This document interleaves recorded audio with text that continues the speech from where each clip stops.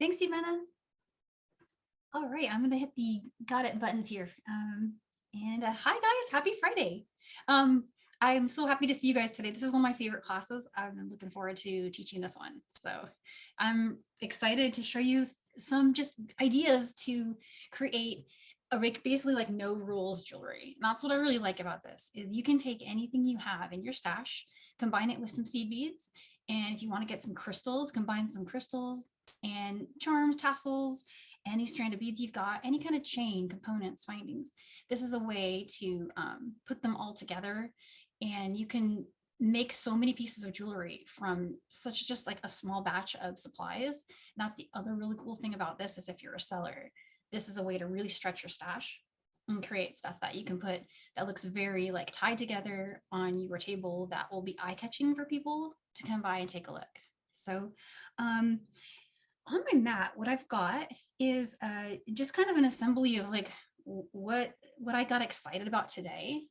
And in the handout, there's like a bunch of different leads on like things you can do. This was like the first one I made, and it was seed beads, tassels, these really cool little eye beads that I found. Those jumped in my cart when I was at Michael's last time when I was making this. And then I started making a bunch of others like with roses and crystals, and you can change up the size of seed beads. You can throw pearls, charms. So, but the basic medium that I used to do these were two different things. I used silk cord, and then I also used some beading wire. Or sorry, not beading wire, but German style wire. We do have another class where we use beading wire, so that's why I mentioned that. I was gonna mention we do have one more class that we did probably, gosh, I think it was maybe earlier this year where we did necklaces like this. So we'll reference that in the chat.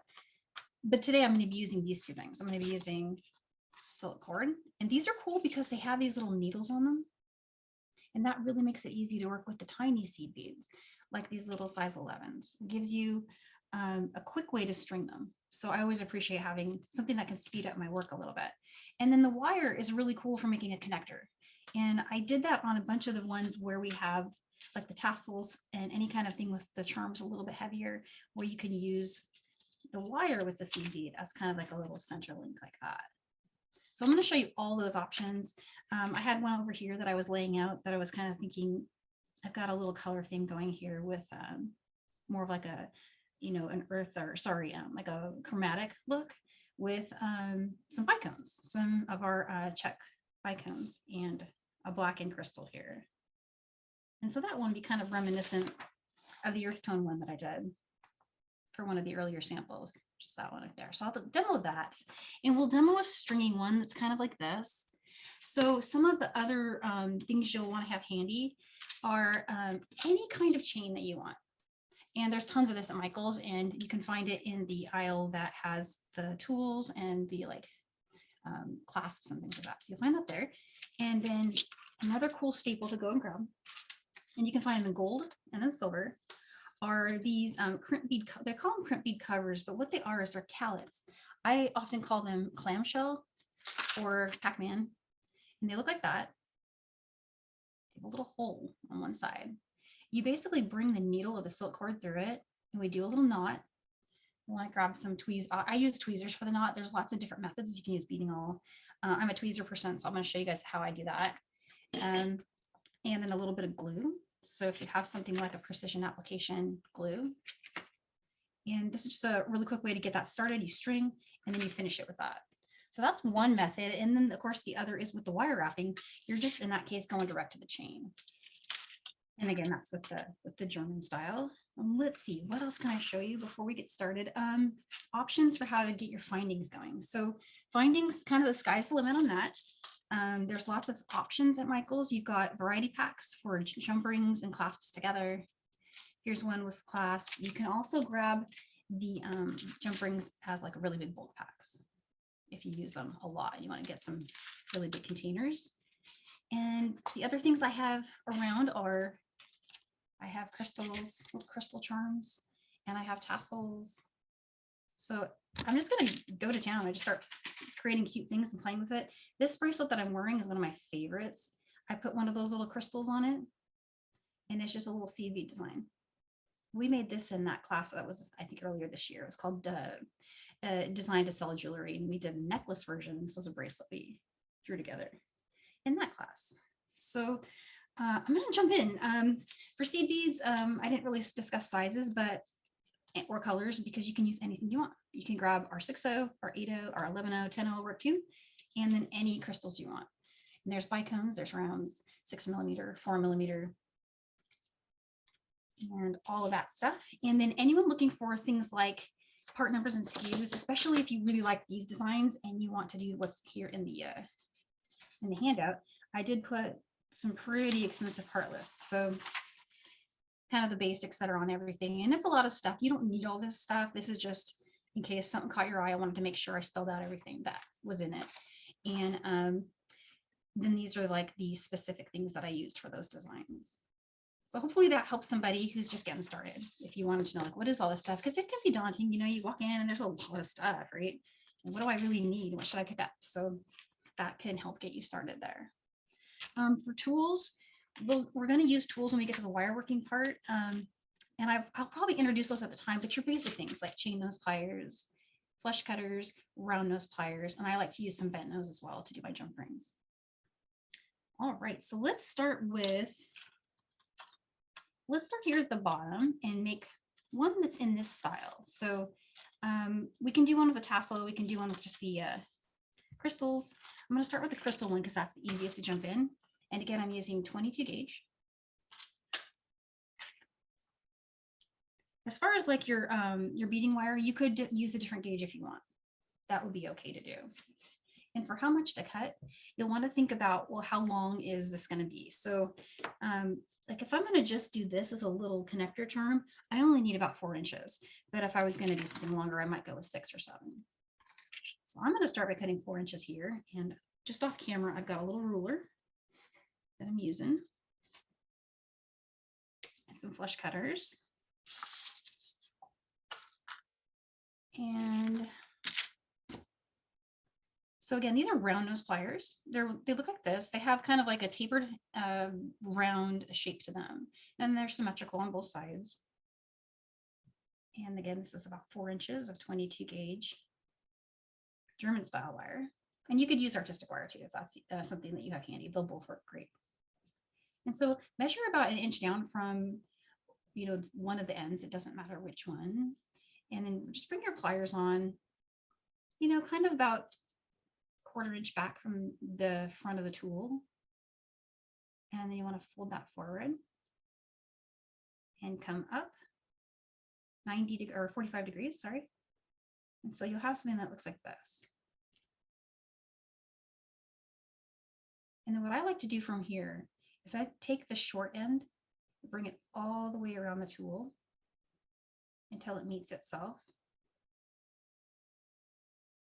And then again, I'm going to move the pliers, holding this in place. I'm going to move the pliers another 45 degrees so that I can continue that loop and form a complete circle. When you take it off the tool, it'll look like that. So I'm going to set that here and get my chain. So this is the quick way that when I want to make a really fast bracelet and I want to minimize the amount of measuring I've got to do, you know, and those sorts of things. So here's that chain card I was showing earlier. Just going to bring that on. Take this short end right here and just bring that through one of your links of chain. And what I'm going to do next is grab some chain nose pliers. So chain nose are the ones that have a flat inside. See, they're kind of flat in there, and then they have a pointy tip. Those are great for holding on to stuff. So I've got my chain on here. I slid it on. The loop is still open, but I want to close it. So I'm just going to pinch right there to hold it in place. And then I'm going to wrap the short one around 2 times. So there's once. And there's twice. And you could go with more than 2. I mean, it's your style at this point, what you like, how many wraps to do. So there's closing up my second one. And then you just want to trim what's left of this as close as you can to these coils without cutting the coils. And so just as close as you can get. And what you'll have there is kind of like a sticky up, like little point. And on a bracelet, something that could catch on like a sweater or, you know, other pieces of jewelry or just scratch you, it's good to push that down. So if you want to hold one here and then grab another pair of pliers, you can flatten. And these are some square nose pliers that are kind of the same thing as chain nose. They just have a square tip instead of a pointy one. And there you see it's much better there. You can even use this to straighten your coils up if you feel like it needs it. So that's all set there. And then super easy, we're just going to put our crystals on.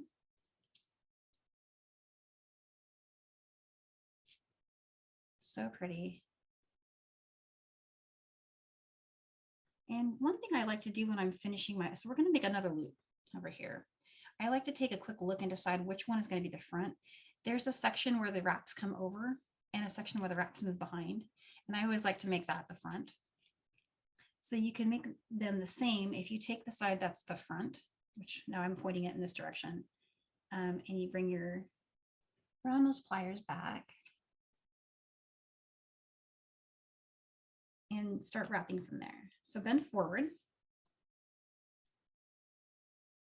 and then bring your tool up 45 degrees like last time and bring your wire up, and then I slide it down just a little bit to kind of match what I did before, about a 1/4 inch. And again, here's that 45-degree turn. Continue on there. Now I'm going to stop, set those aside for a second. I have that unfinished loop on this side.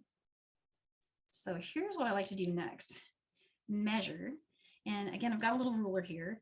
I'm going to measure from the center and measure out 1, 2, 3 in that direction. So I've got like right here. And I know I want it to be, that's half. So I'll just bring this other half down. And then I want to connect to that one. So I'm just going to pinch that one.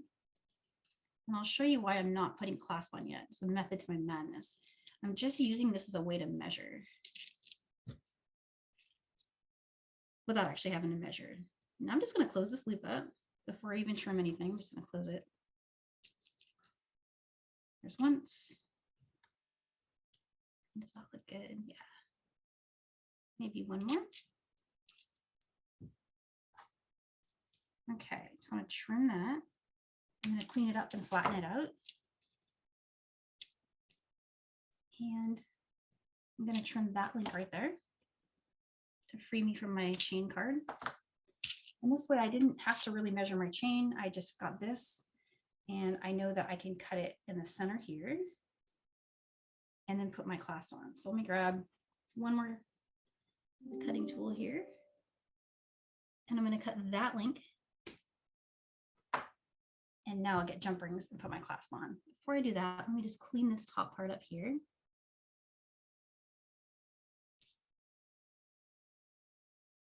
I'm being gentle because I've got a crystal here, so it may not go totally flat. But yeah, so that's there. I'll grab some jump rings. I'm just going to grab them out of here. These are 4mm jump rings. Those 4mm guys. I believe in a findings pack, there's also 4mm. These are just the ones I had open real quick. I've got 2 of those. And the way I like to do my jump ring opening and closing, all jump rings have these little seams. So there's a seam at the top. And if you pinch it with some like square nose pliers, it'll keep the shape of your circle really nicely. So that's why I like to use these for that. And then I like to use bent nose to, I'm going to do a lateral motion. I'm not going to pull apart. I'm just going to bend it forward, which opens that jump ring really nicely.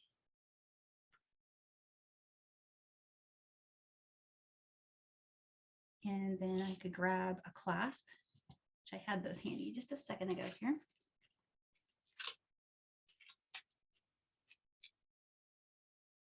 Get that on there. And to close it, it's the same motion. We're just going to bend it back towards ourselves. and maybe straighten it out if it needs it.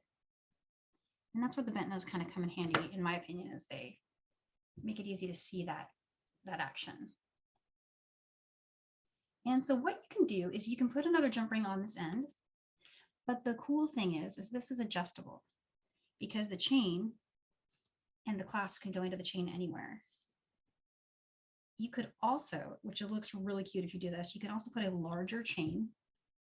And I don't have a handy larger chain with me, but what you could do is you can take this jump ring here, attach it to this end, and then get another chain with links that are larger than the one you're using for your main and use that as an extender. You can also keep those handy at your booth. So if you're a seller and you have like a little extra bit of chain and some jump rings with you, you can make extender chains, and a lot of people will come and buy those because they can make, you know, bracelets that have work. So having like a set of findings with you, clasps, jump rings, and some chain can really go a long way at a jewelry booth if you're selling. But so there's my next bracelet. Super quick to make those.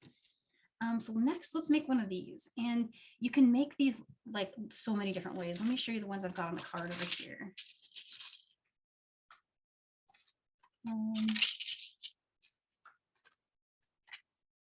Got it linked. So here's a long one where the whole length is beaded. And those are so pretty, really fun to do. And I grabbed what are called, let's see, I used size 11 seed beads and I spaced it out 7 beads. And then each of these little colorful ones is a size 8 seed bead, like these ones. And I just started pulling colors out of mixes that I had. So for example, here's the red one I just showed you. And then these next 3, those were from our Hawaii mix, which was kind of one that has a bunch of colors going on in it. You guys have seen it. It is this one right here. It actually looks like our 60 Hawaiian mix, but it's called Purple Passion. But it's like kind of the same colors as our 601 in the same vein of colors. And then of course, this next part here was our retro blue mix, I believe it was, which was this one. So you see, I just ombre'd out the colors. So you're not actually having to buy a tube of every single one of these colors. You just need a mix, and you can take that mix and stretch it. And so that's the next one here. And then a lot of people recognize this next 3 as the deep sea blue. So I pulled that one from here. And then last but not least, these 2 colors I just did separately. One of them was just our regular blue turquoise. The next one was the Bead Mat turquoise, that's transparent one. And I ended with a yellow. And so that's just one, 2 or 3 beads from like every tube, right? And I put a little mix together of it with some chain. So it's like a little kit that I've got ready to go for creating my design. Here's my little callets. So I've got that all ready to go. So I'm going to just bring out the silk card next. When you get your silk card, it looks like that. This is number 6. Number 6 is what they have at Michael's. If you have like number 2, that'll work fine. But number 6 actually fits really nicely in a size 11 seed bead. It completely fills the beads. So you get this really, what I mean is if you have a cord inside of a seed bead that is smaller than the internal hole diameter, the seed bead will have room to wiggle back and forth in this direction. So you won't get that super clean lineup. So if you can get the biggest cord that you can fit in that bead, you know, not going crazy, but something that comfortably but solidly is like the right size, you'll get a really clean, straight like finish like on this one. So that's something that I was really excited about, having how that turned out. And again, that's a number 6 with some size 11 seed beads. Kind of perfect. And this is a really fun way to make both necklaces, anklets, bracelets. I bet there's folks who've even done earrings. These come in a bunch of colors. If you see the one at Michael's has white, I believe it has white, black, brown, pink, and gray. So you get all those colors in one pack. And I've used up all my other ones, but I have my gray left and my pink. I'm going to go ahead and grab this gray off the card. This goes a long way. I've been using the same pack. I don't know, I think I've done 4 classes with it, and I still have all this left. It is a lot. And I'm going to throw one of those over there. So one end has a needle. And just go ahead and set that to the side. One end is just, it's going to end like just plain thread. And all you need to do is take that end, and you always want to put your knot at the very far end, because we'll make a bracelet here and we'll still have a ton of the silk left, and you want to make sure that you preserve the side that your needle's on. So every time I use it, I work at the very end so that I'll string my bracelet, it'll come up to like here, I'll trim it, tie a knot and trim it, and I'll still have all that left, right? So super economical way to make a lot of jewelry with a very few, not very much investment on that. And that was just a regular old knot. I just did a little overhand knot with that. And that's all you need for these callets. They work great with just one knot. Grab some glue, and you can use any kind of glue, Hypo cement, fabric glue, whatever you've got handy in the glue. Just go for that. And I like this one because it has this little precision tip. And you don't need much, just a little bit, just to keep it, you're not secure. These can be a little tricky to reload the cap, but you do want to do that right away because it'll start to flow. Okay, so there's my glue. I'm not going to trim that just yet because I don't want to get glue on my tools.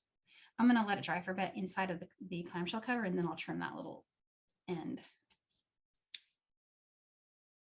And I'm going to come in through. So when you start your bracelet, you want to come in through the Pac-Man side. So through the open side, because you want your loop to sit on the outside. And we'll reverse that when we're finishing it. But so you just get the needle through that the hole in the callet. Bring that down. And there you go. And double check that you're not secure. Go ahead and pull on it a little bit. Make sure it doesn't come through. If it does, you might need to tie another knot. But if you're using the ones I've got handy here, which are those, you'll have no problem. Number 6, one knot.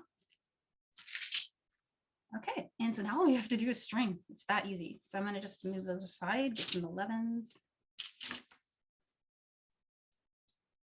Feel free to grab any other beads that strike your fancy. If you have some crystals, if you have some little bitty gemstones or anything like that, just grab them.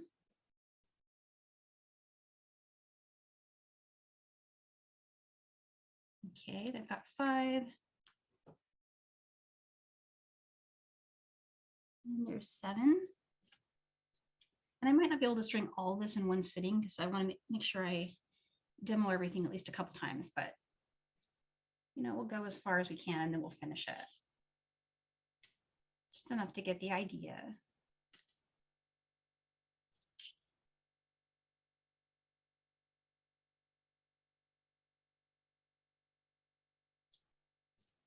And I might even just get creative right now and start adding larger beads to speed it up too.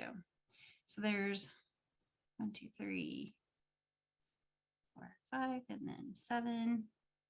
This is a pattern that I feel works out for the length of a bracelet. It gives you like an exact 7-inch bracelet if you have these counts. I was just discovering that this morning. So 7, and then these colors here. I will post a photo of this one, and I'll also name all those mixes again in case anybody just loves this and wants to know exactly what I did here. I will post that later. It was kind of just an inspired moment. I was making that today.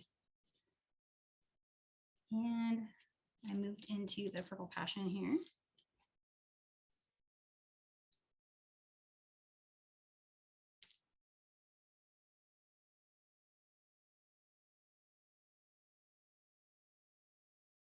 You see the needle makes it really easy to string.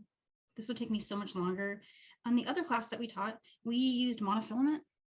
And we also used beading wire. Kind of interchangeably went back and forth between those two for the necklace class that I was mentioning that we had. And for that, it was a little tougher to get the seed beads on because you don't have this nice precision needle to guide you. And this is a tiny little needle, but it is perfect for the job.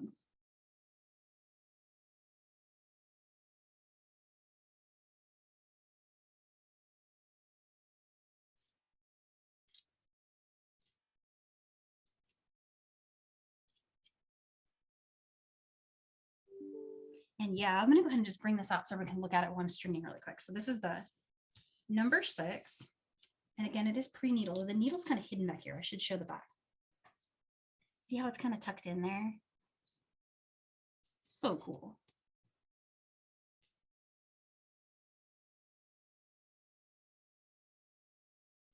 Whoops.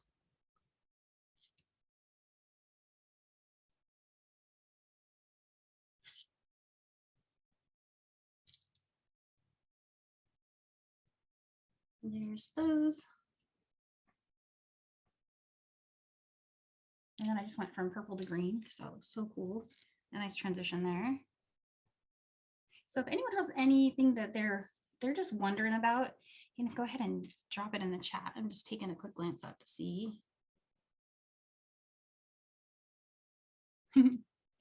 Hey, Cindy. Yeah, the 15 O's, those are tiny. These are 11s that I'm working with.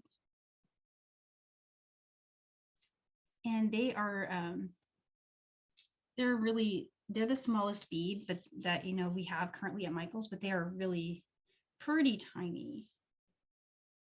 There's 2 and 7. And so the reason I wanted to show this specifically with these beads again was because the way that this cord just kind of perfectly fits this bead.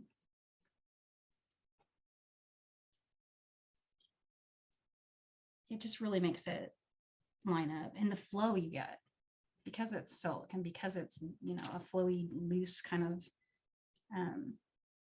what's the word? Because this medium it's not heavy. It doesn't hold its shape. It doesn't have memory so much, like, for example, like a beading wire would. So it really makes a cool looking flowy bracelet.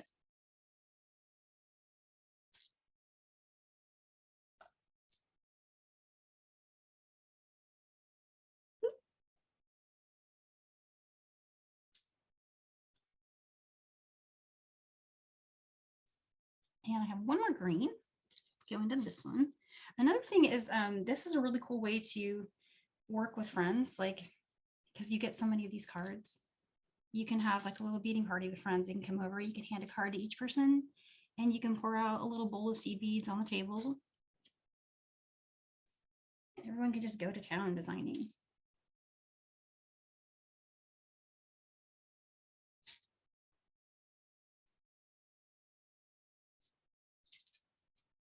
My beads keep launching though. 1, 2, and 3. There we go. Almost there. I might just finish it because we're doing pretty good on time.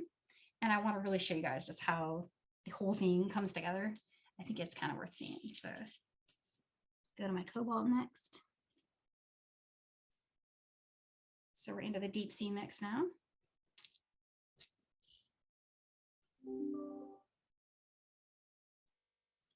And this is probably, this design is one that takes a little longer, but the possibilities here to speed this up are to work with a 6/0. And you can also space like a 6 set of seed bead with an 11/0, which is what I did on this one. Just so many cool things you can do. So I've got 5 there. I need 2 more.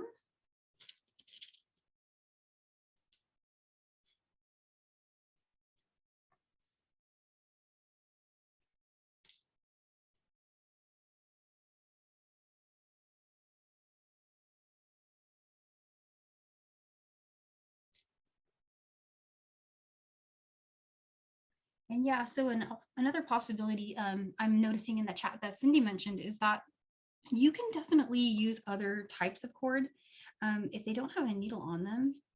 That tip that she just posted about using nail polish on the edge, I've seen that before, and that is a really effective way that works really nicely if you have a cord and it just doesn't happen to have one of these needles. But I have another trick I wanted to share. So thanks for reminding me of that, Cindy, because this is a cool idea. When you get to the end of these cards, these needles are reusable. After you've brought them through beads, I don't know if you guys can see, it's a really small little thing to show you here, but you see how that is a little loop there that's open? And when you get to the end of this card and you're done with the silk, you can trim what's left of it off very carefully. Even if you cut just kind of a little ways down, you pull, it'll just unfray itself and come right off. This needle can be reused with other cords. Now it'll be a little bulkier because you'll have to bring it through and fold it over, but still it's, these are so thin that it's just kind of a little extra bonus that you can hang on to those. You don't have to throw them out. And I often buy these as well. Like I buy these, what are called collapsible. I think it's the name for them. And then I buy them and I use them maybe twice and then I can't find them again. So I can never have too many of them.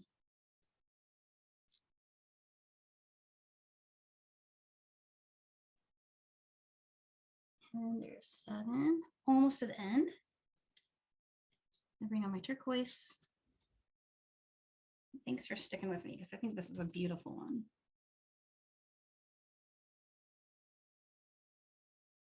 There's loop.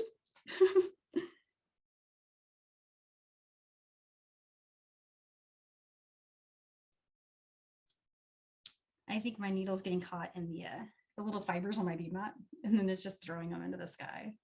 So here's 3 and 3 and 1. Last one. Okay. So we're gonna go.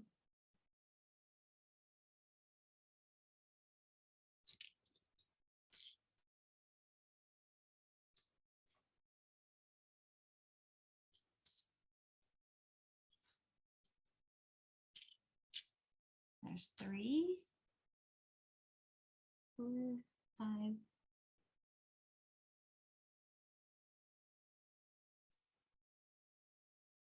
Yeah, I've seen another great idea in the chat from Carol.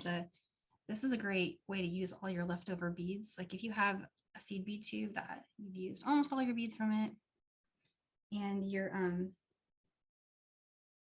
looking for something that you can make with like a gram left, and you don't, it's not enough to do a real bead weaving project with it, but you've got this possibility, right? Something you can do there.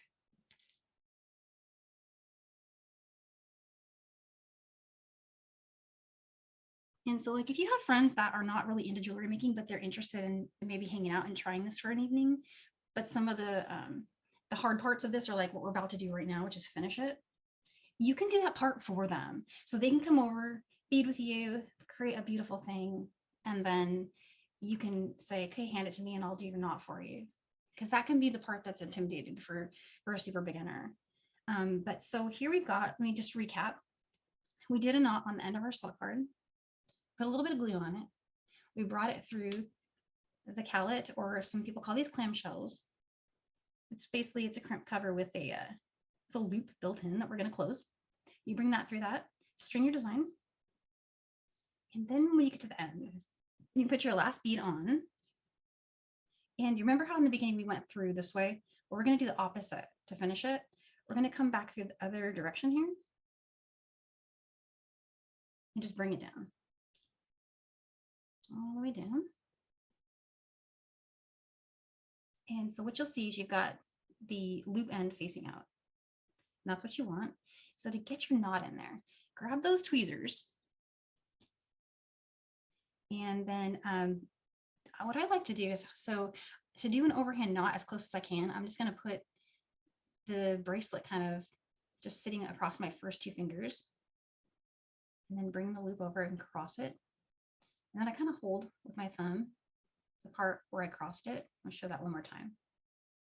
So again, that's, you bring it over your fingers, you do 2 or 3, it doesn't matter, and hold the point where you crossed it, and then just get through your loop and pull that through.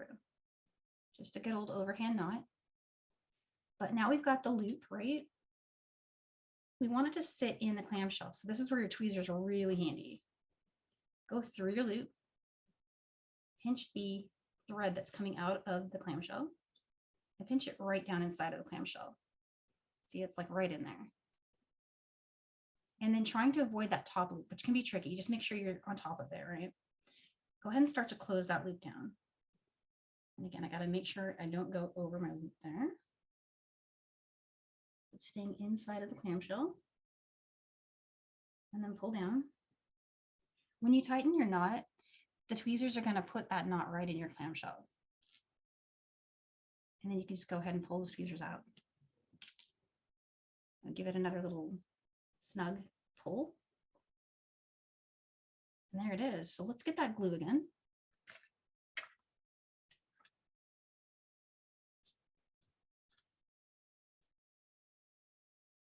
And let's get a little dot in there.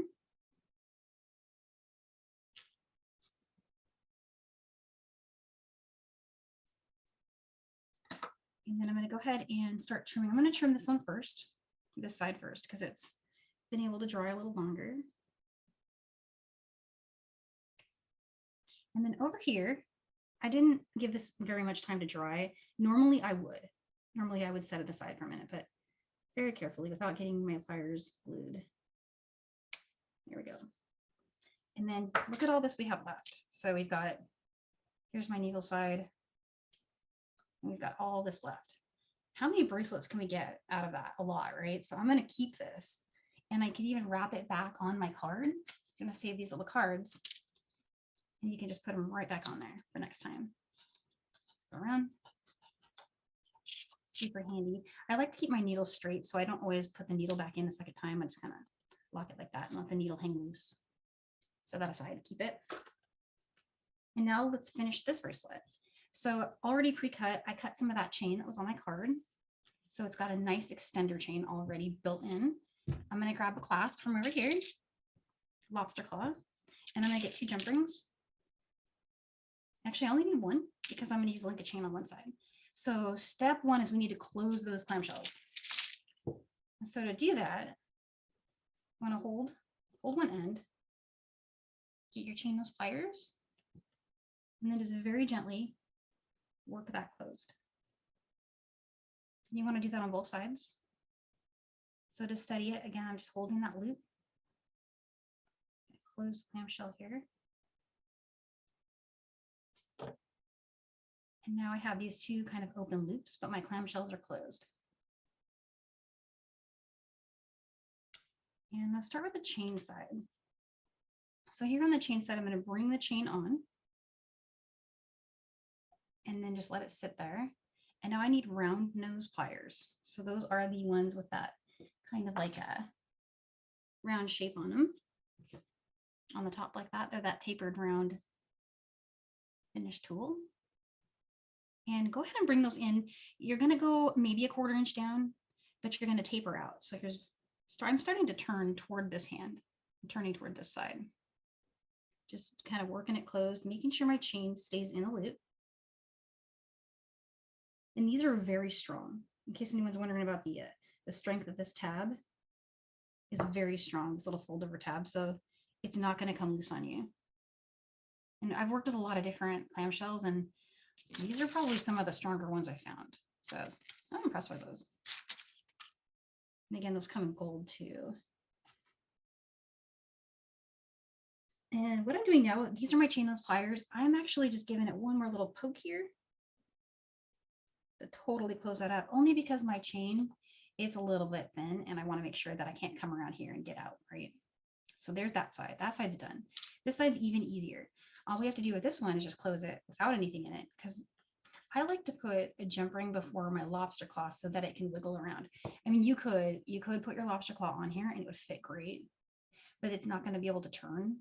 And when you're putting on jewelry, having something that is able to move is easier to get on. And so that's why I'm going to do it this way. I'm going to close up this loop.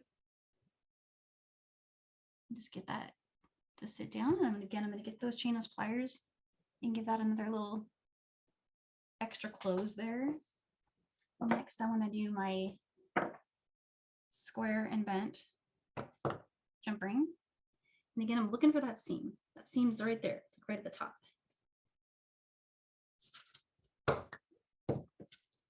And then laterally opening that jump ring by pushing. You're just kind of doing that, right? And this is, again, 4mm jump ring, which is a really great size because it's not going to add bulk. It's going to disappear. Like, it just looks seamless. And then just go ahead and grab that.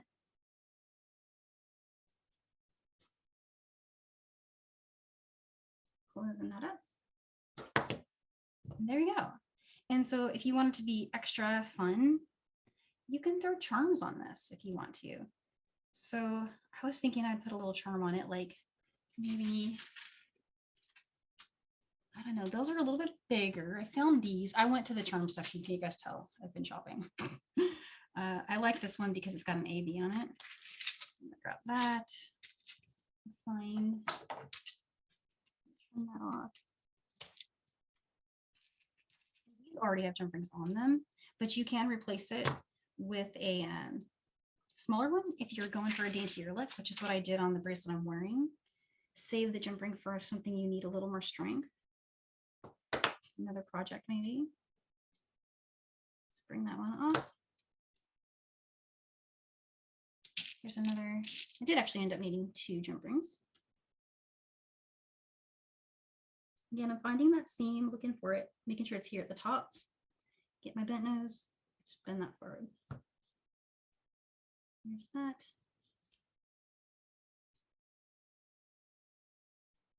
Get that linked on there. You can put it at the end of your chain or closer to your clasp, anything you'd like. Having some weight on the chain is sometimes cool. There's a sweet little bracelet. And I just have a feeling if I stuck that on a bar, if I had a show to go to, that would sell instantly. And so if, say you made a bunch of these, right? And you made them in different colors and like a stacker, you can put them on stacker cards and display them. So I was going to talk for just a second about, you know, the different things you can do to finish them and attach them to these things. But I wanted to throw out there, we have a good amount of like maybe another 5-8 minutes where I could do another demo. If there was something here that confused anyone, if you want to see the wire wrapping again, or if you want to see the Starter Cowlet one again, go ahead and jump that in the chat and I will keep an eye out for it. But yeah, so I am going to explain what I did here. So I was playing around with the Cricut Joy, and I created these little cards. Now I'm brand new learning. Everything I know about how to use my Cricut, I learned from Meredith Roddy. She taught me how to make this bead mat, and she taught me how to make things with the pen tool and the cutter tool, which is all that you need to do this. And then you would need like the long 12-inch mat, because I actually built the file so that it prints out all of these at the same time, so you don't have to run it over and over again. This is a great for a seller.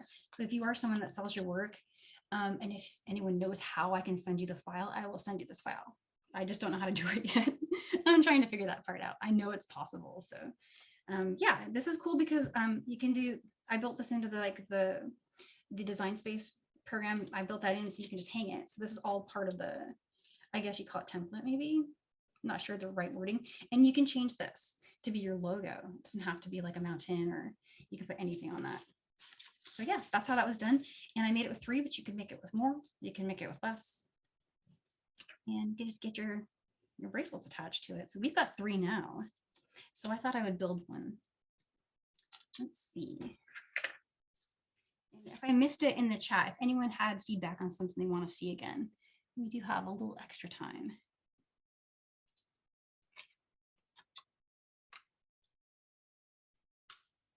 And I'm just going to click that one on there.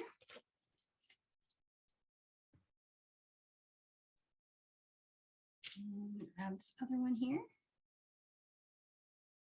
This is the one we made with the German style wire as a connector there, just in the center. Super easy, simple, fun, and stash busting, because you can literally use any bead you want. Like that. And one more. And a few other thoughts that I had to share is the one idea that I had for when you're putting on a tassel. I didn't do a tassel in any of these demos today, but it's the same steps that we used for when I created this one.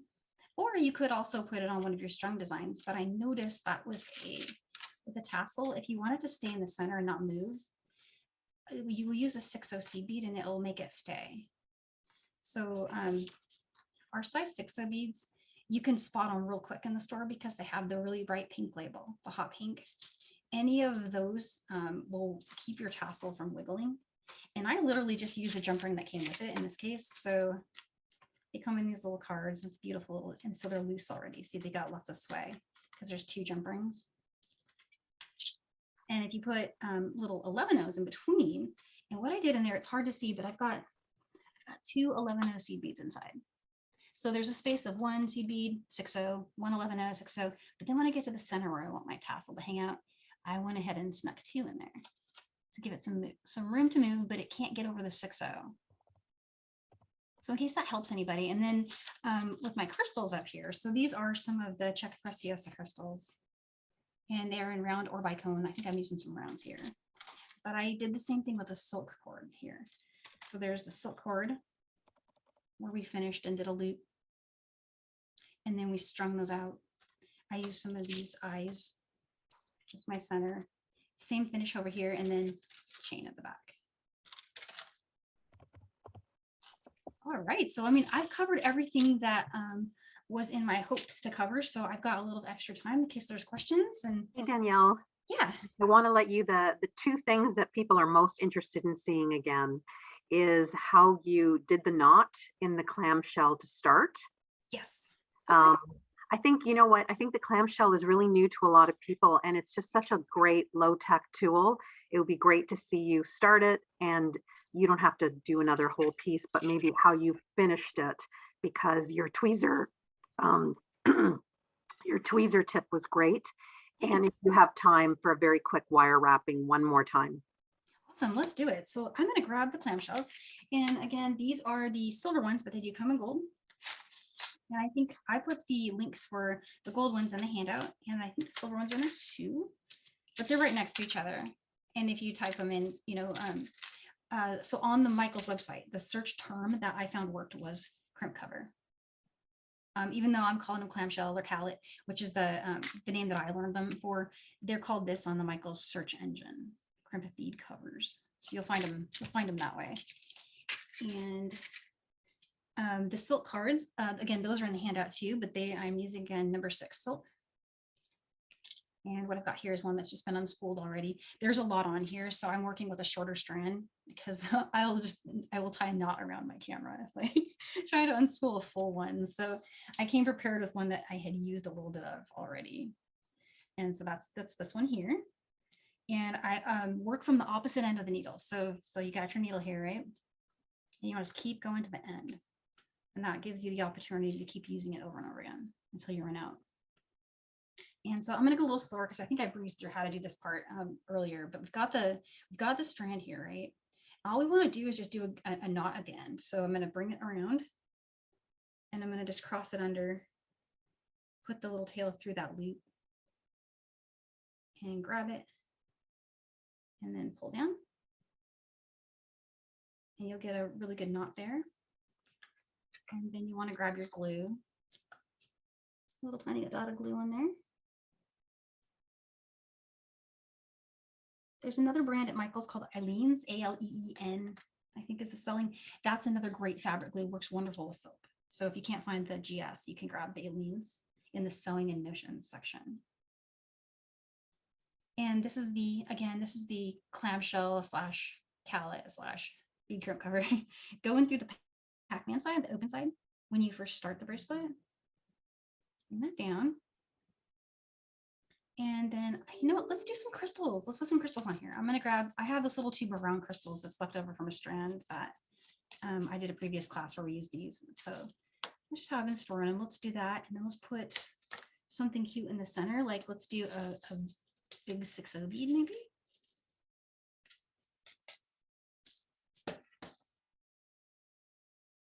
I don't know, just playing. Oh, we can put a tassel actually. Let's put a tassel on there. So if I'm going to put a tassel, again, I'm going to put 2 beads. I'm going to put 2 11-0s, right? In between my 6.0. Slide that all the way down. Have it sit right next to your callet. And really quickly, I'm going to grab a tassel from over here. I'm just cutting it off the card there. String that on. I'm using the jump ring it came with right off the top of there. I want to grab another 6.0 bead. This is crystal. It's got an AB to it. Really cool. 126 is the last numbers on that. I'm going to bring that down. I'm going to do my crystal. And that's really cute. It's a little way to bring a tassel on with some shine and sparkle next to it. Okay, so there's that. And now I'm going to get the other end of another one of those crimp tube covers. And we're going to go in the opposite side. So this is the side that's closed. Go through that side there. Bring that down. And then this next part is really the only part I would say is even remotely tricky, but once you've done it twice, you'll find that it's actually something that you just kind of, you get some motor memory for it and it becomes super easy for you. But you want to just take the cord and just lay it over your hand and use your fingers to make that loop. So I'm just going around 2 or 3 fingers to make a loop, right? So again, I just laid it like that. And then I just went around, there's 3. And when you do that, just kind of cross it over itself and pinch that part. So you can get your fingers out and you still have your loop. And then you want to bring the long side through the loop. So this is just a regular loop knot, right? And it hasn't been tightened down yet. I'm going to get my tweezers. I'm going to capture it by going through the belly of the knot and then getting that cord. And then I'm going to bring that down so that I'm just right inside of the little, inside the little clamshell cover there. And yeah, that's a good tip that just popped up in the chat is you could just use a regular crimp cover and just do a knot and then put the crimp cover on after your knot's done. That would work too. The only reason I like these more is because of this little loop, because then I don't have to worry, like if you did it the other way, you would have to do a loop of thread, right? And then go back and then you'd have a thread instead of metal connecting, which I prefer to have the metal.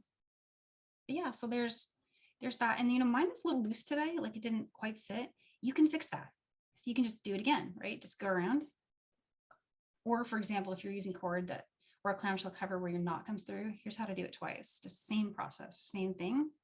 Again, and then go through my loop. And now when you come over here, if you've got a knot in there already, just put your tweezers under that knot. And just right under it. And then help that loop by pulling on the long side, help that loop sit, again, inside the clamshell. And this should place it underneath your former knot. And you can help it by going like that.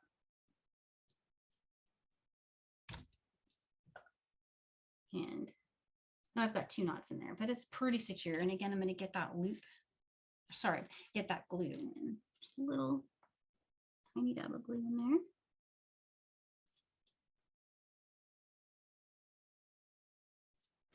That on there, and then we can trim. So you can use scissors or flush cut. I like to use flush cutters because it helps me get closer, right?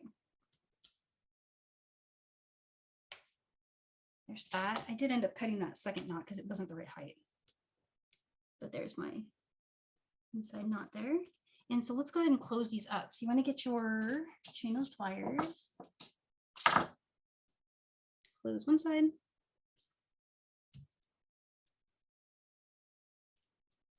Close the other side. And this is one where you'd want to get your chain and get your chain on there first. But I think you could also do this for a necklace. So this is another cool way to just quickly get a necklace with some crystal and a tassel or a charm or anything you'd like. I'm just going to clean up my little strands there.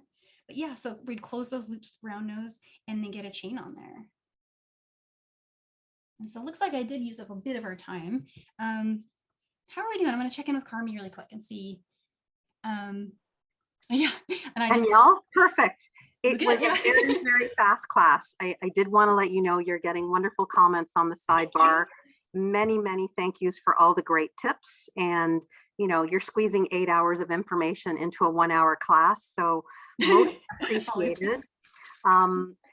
First of all, that what you just made, we're just in awe of. I think we just enjoy you designing with no plan. That's always great for all of us to see, and that you're using all your leftover beads and doing other things. So many, many thank yous for that. I'm going to ask you one last question. What would you yourself as a designer charge to buy this set of jewelry if you were vending at a show? So like one of these stacks of 3? Yes. It would depend if I used the Czech crystal or not. Okay. So if I pulled in Czech crystal, I would have to price that in and it might vary. But if it's just seed beads, I used to charge $5 for one of these little beaded bracelets. So And in our other class that we did, we talked a lot more in depth about like the pricing, like if it was a necklace and things like that, and how to make it interesting for people, like digging through a basket to find them and things like that. But this one, like for by itself, I would charge $5 for that. So possibility you might charge $15 for the card. Yeah, assuming, but if I was to put, like, for example, this has round crystal on it. So No, then I would, that's a $25 card. yeah, I would take that 15 and then I would have to figure out kind of like try Yeah. to cover my cost on this. But yeah, and then, you know, if you bought any special strands, like I bought this special strand, so I could do the little center eye. You just want to figure that out. And that's Yeah. easy to do. And like, you just throw it's a little calculation you can throw on. But yeah, starting from that base value of say like 5 and then just add on.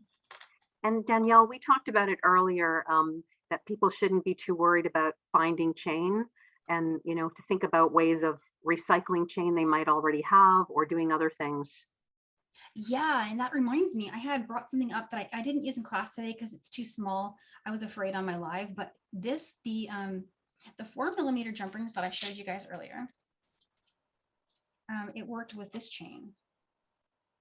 This is really tiny, really fine chain. It's what I used on this one right here.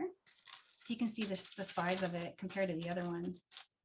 It's like a really dainty, really small. Very pretty, very pretty. Yeah, so there's possibilities to play. And of course, I didn't even show you guys gold. I mean, there's gold, there's bronze, copper, rose gold.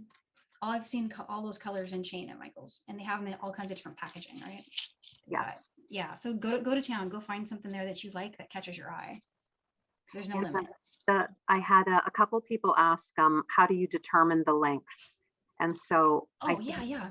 You need to remind them about your chain addition. Yeah, and I know I kind of breezed through that a little fast, but kind of what I did is I just put, I attached one side of my chain, and then I measured from the center out 3 inches, and then I held it up against the chain and just measured it by visually looking at another length that was the same, cut that, attached it. Then I cut it in the center, put a clasp on, which adds about 1/2 to 1 inch, right? Depending on your clasp size, at least 1/2 inch gets added. So there you got, you know, which is for this one's about 7 inches or so. By the time you do the clamshells and all that, it's kind of in the realm of 6.5 to 7, if you do it that way. And then you could also put an extender chain.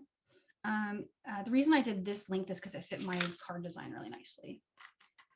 So, but I could put an extender chain, and that way it could be even, you know, more versatile for a seller. The other thought I had is you could just use a ruler, and you could just lay it out against a ruler and measure your chain in advance. As you're going. Yeah, like I have a friend that used to do this. Actually, it might be worth going a little over to share this. Really clever friend of mine. She would actually take, and she would hold her chain here, and then she would go like this, and then cut, measure, and she would just keep, and she would string them on. She actually uses this thing that it comes with. This is what it's tied on with when you get your chain. And you could just use that to measure, just hang it all on there, right? So you bring this one up, say you want it to be that long, and then you get your cutter tool and just cut the center one down. Do the same thing again. Let's bring it on. Which is great for production if you have to make 12. Yeah, if you're trying to move fast, right? So you just, now I would just trim here. Do the same thing again, trim. That way you can get the same length every time. Thank you, Danielle. Thanks.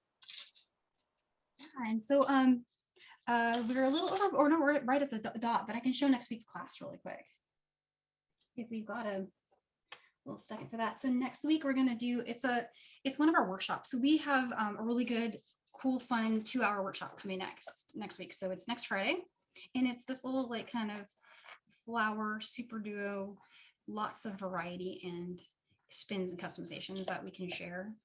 So that's next week. And then we're into August. Oh my God, we're in August. I don't even know how that happened. So we got these cool back to school apples. If you're getting ready for back to school, it's a cool like teacher gift. And then we've got a Latin American textile bracelet. So I'm gonna try and do some looming. And I'm gonna do some tips on patterns using loom, that kind of stuff. And then our end of the August premium class is our snake bracelet. So we're getting into bead weaving. These are advanced bead weaving classes, but if you're interested, come. And we always make them as beginner friendly as we can. So definitely join that one. And this is a beginner class too, apples. And that's all we've got at the moment. There'll be more soon. But yeah.